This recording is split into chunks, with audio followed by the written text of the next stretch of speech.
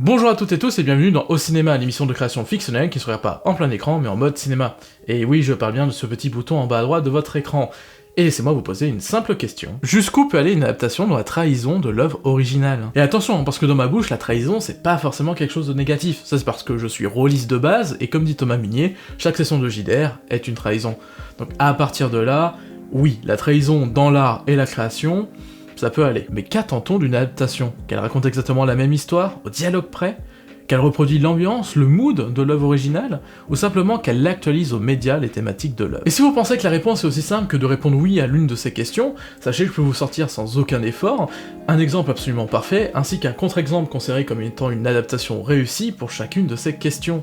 En bref, ma question c'est la suivante. Jusqu'à où on peut aller dans une adaptation avant que les fans d'Harry Potter débarquent avec leur bouquin là coupé en forme de disque, dire ni il manque des infos? Bah c'est pour répondre à ce genre de questions que cette émission existe, et aujourd'hui je vais tenter d'apporter une première réponse, une première pierre à l'édifice, avec le projet BioShock, la série, monteuse, générique.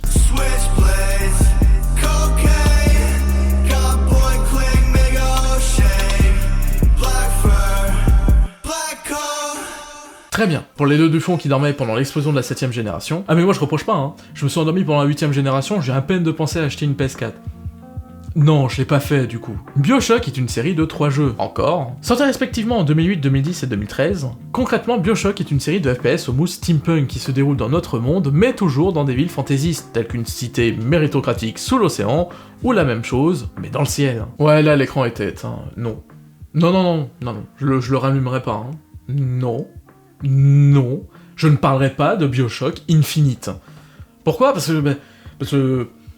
que l'adaptation se passe qu'à Rapture, et du coup, que BioShock 1 et 2, pas obligé de parler de l'opus qui pue de la saga, Bref, le jeu est autant connu pour son univers que pour son gameplay, et on va en reparler juste après, mais d'abord, vous connaissez maintenant, on va parler de l'histoire de chaque jeu sur fond de musique classique. BioShock.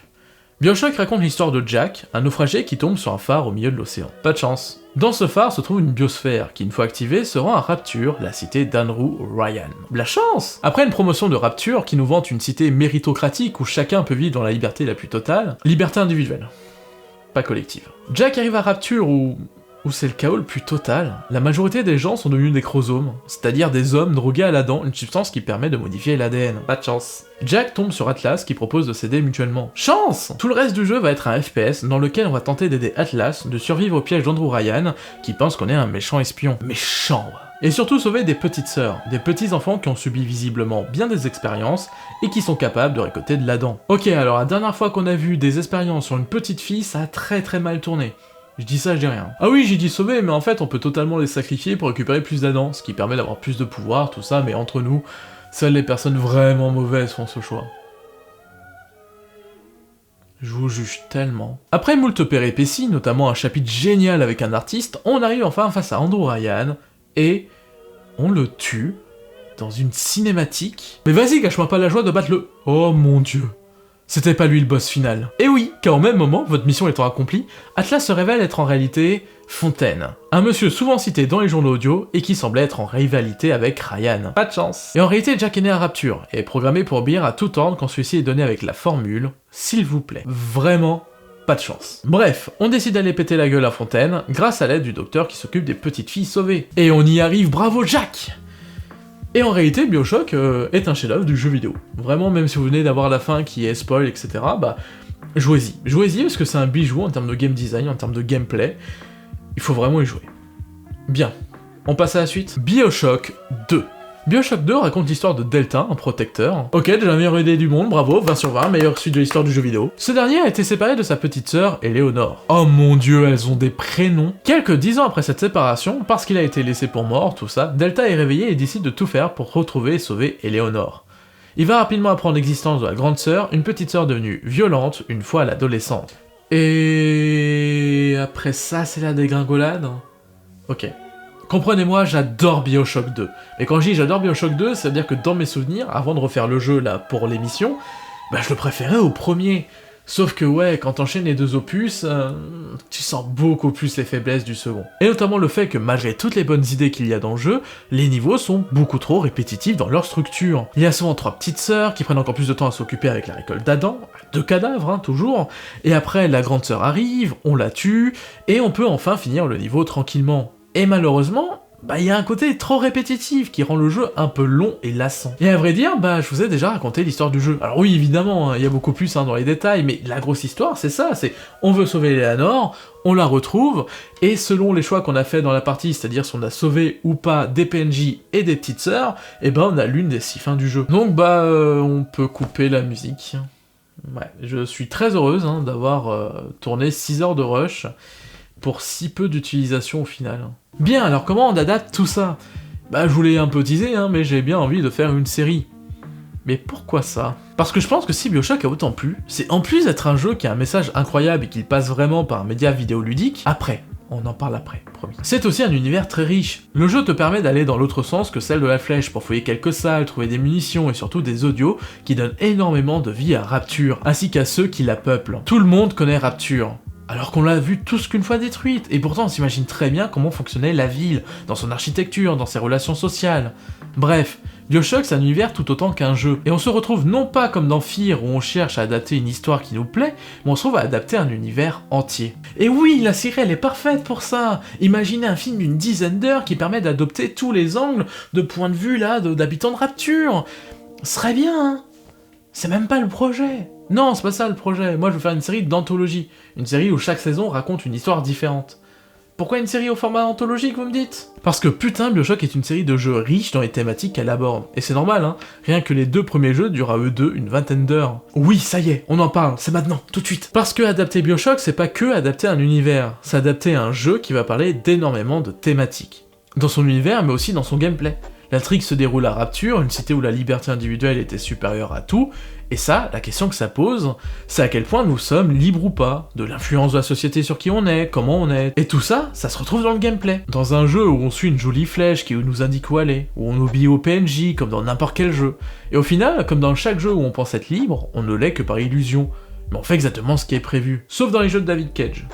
Mais ça, c'est parce qu'il est nul. Mais le jeu n'est pas non plus fataliste, car il est sur un véritable choix qui influencera la fin du jeu. Le sort des petites sœurs. Bref, BioShock, c'est une œuvre intelligente, et c'est une œuvre qui, encore une fois, brasse énormément de sujets, le patriarcat, l'objectivisme, le libéralisme, et tellement de sujets que j'ai pas vraiment le temps de faire une liste, en fait, parce que l'émission est censée se terminer au bout d'un moment. Et là, j'inclus Infinite, parce que ça brasse tellement de sujets. Bref, l'anthologie va permettre ça. On va pouvoir explorer Rapture sur tous ses recoins, et pour chaque coin, avoir une thématique, on va pouvoir l'explorer avec ses problématiques, sa morale, etc. Mais vous allez me dire, mais le but de l'émission c'est faire une bande-annonce, oui ou non ? Oui, évidemment, mais c'est pas un problème, on va juste faire la bande-annonce de la première saison, et voilà, on a un produit fini. Calmez-vous. Alors pour la première saison, j'ai envie d'explorer la thématique des grandes sœurs, déjà parce que j'adore l'idée, et ensuite ça permet de rassurer le spectateur, d'utiliser des éléments du jeu, des personnages, de vraiment utiliser quelque chose de concret avant de partir dans du très loin, ce qui permet de dire oui, c'est bel et bien une adaptation de BioShock, tout va bien. Et pour créer cette bande-annonce, on va le faire en 3 étapes ensemble, l'histoire, les personnages et l'esthétique. Et après ça, on se regarde la bande-annonce, et restez jusqu'à la fin, parce que pas peu fier. Alors celui-là, oh là là,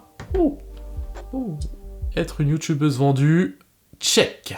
Pour l'histoire, on va prendre le point de vue d'une grande sœur, mais pas encore transformée. Disons une ancienne petite sœur, et qui aujourd'hui vit sans avoir la pleine conscience de tout ce qu'elle a vécu. En termes de temporalité, ce sera mieux si on est avant la chute de Rapture, évidemment, parce que sinon, ça manque un peu de vie. Et pour un FPS, c'est bien, pour une série, moins. L'histoire, dans un premier temps, sera très énigmatique. J'aimerais que la série prenne son temps. Et comme toute autre série, qu'on puisse suivre d'autres personnages, d'autres intrigues secondaires qui permettent d'avancer en même temps dans l'intrigue principale, évidemment.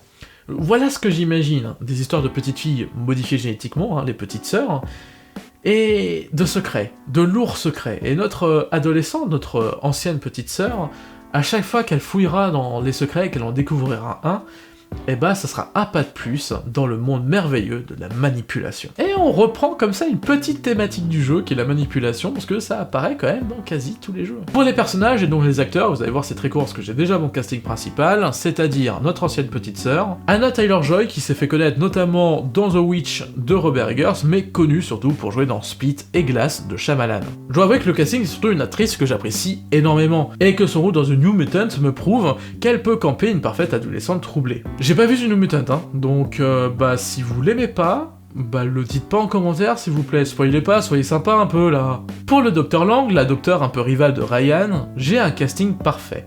Tilda Swinton. Narnia, la sorcière blanche. Oui, elle a une gueule que j'adore, et malheureusement elle fait rarement tonnerre à Hollywood malgré une filmographie absolument énorme. Et je vous recommande grandement de vous intéresser à ces films où elle a des rôles assez importants, parce que c'est un régal pour les yeux. Et c'est tout pour le casting de la bande-annonce. Et oui, le but c'est quand même d'être un peu mystérieux, hein, et de vous donner envie de regarder la série après. Donc ouais, vraie bande-annonce, mystère. En termes d'esthétique, BioShock sera une série avec une colorimétrie bien colorée. L'idée c'est d'avoir des images avec des noirs très sombres, mais pas bouchés pour autant. C'est-à-dire que le noir n'est pas total non plus, avec des couleurs très vives. Une colorimétrie proche de Moonlight par exemple. Pourquoi ? Parce que BioShock est une série très colorée, et que jouer sur la couleur, dans un univers où chaque couleur a un élément bien donné, comme les yeux de petites filles et des protecteurs qui sont jaunes, qui peut passer au rouge pour les protecteurs, le rouge comme la dent et le jardin des glaneuses. Bref, il y a dans BioShock un univers de couleurs qui a une signification, et on va pouvoir jouer là-dessus pour développer les thématiques et l'univers. Par contre, en termes de plan, on va se faire plaisir. Je veux que BioShock soit une série romantique. Et oui, je sais, le romantisme n'a pas de mouvement dans le cinéma, mais je vais le créer, ok ? Je veux le créer.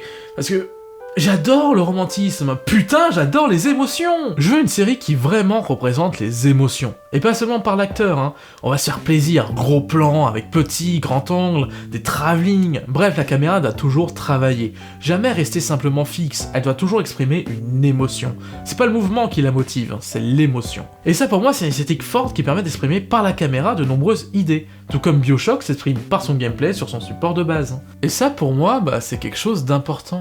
Utiliser le média dans sa globalité pour s'exprimer. Bien, je crois que la vidéo a de toute façon assez duré, vous connaissez la chanson maintenant. Je vous dis à la prochaine, j'espère que la vidéo vous aura plu. Monteuse, bande-annonce.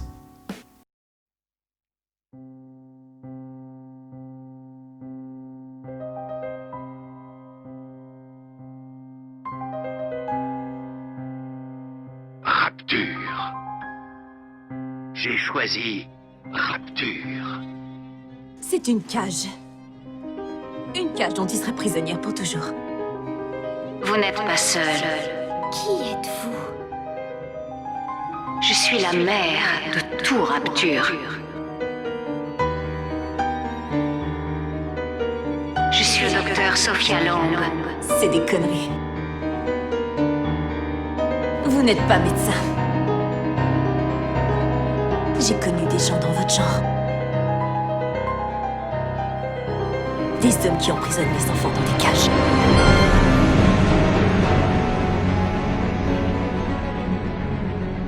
J'ai découvert ton pouvoir, la nouvelle. Laisse-moi te montrer le mien. Les petites sœurs vieillissent. Je sais pourquoi vous êtes ici. Et je n'ai pas peur de vous. Quand elles atteignent l'adolescence, elles deviennent agressives et sauvages.